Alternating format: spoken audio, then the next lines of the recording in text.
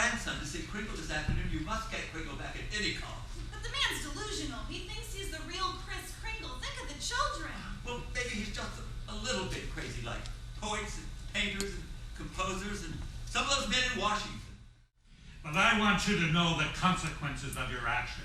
You should know that my wife and I are getting a divorce. A divorce? Why?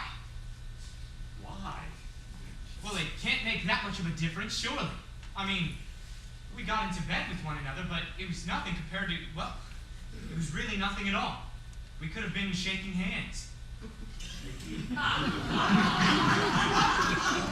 Seems to me, Benjamin, when you take your clothes off, get in bed with a woman, and have sexual intercourse with her, it's a little more than shaking hands. Not in this case. Well, that doesn't say very much for my wife, does it? You missed the point. I don't know, Benjamin. I think my wife's sexual technique can use some improvement. You're distorting everything I said. Benjamin, don't shout at me! I'm trying to tell you, Mr. Robinson, that I don't love your wife. I love your daughter.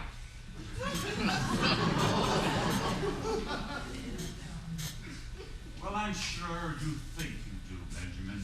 But the fact is, after shaking hands with Elaine a few times, you're just as disappointed. I'm sorry. I had a call this morning. Carl, a young medical student, and he asked for Elaine's hand in marriage. There are still some fine young men left in this world. Mr. Robinson. I'm not sure if I can prosecute you, Braddock. I think maybe I can. But I'm not going to mince words with you. I think you're disgusting. I think you're despicable.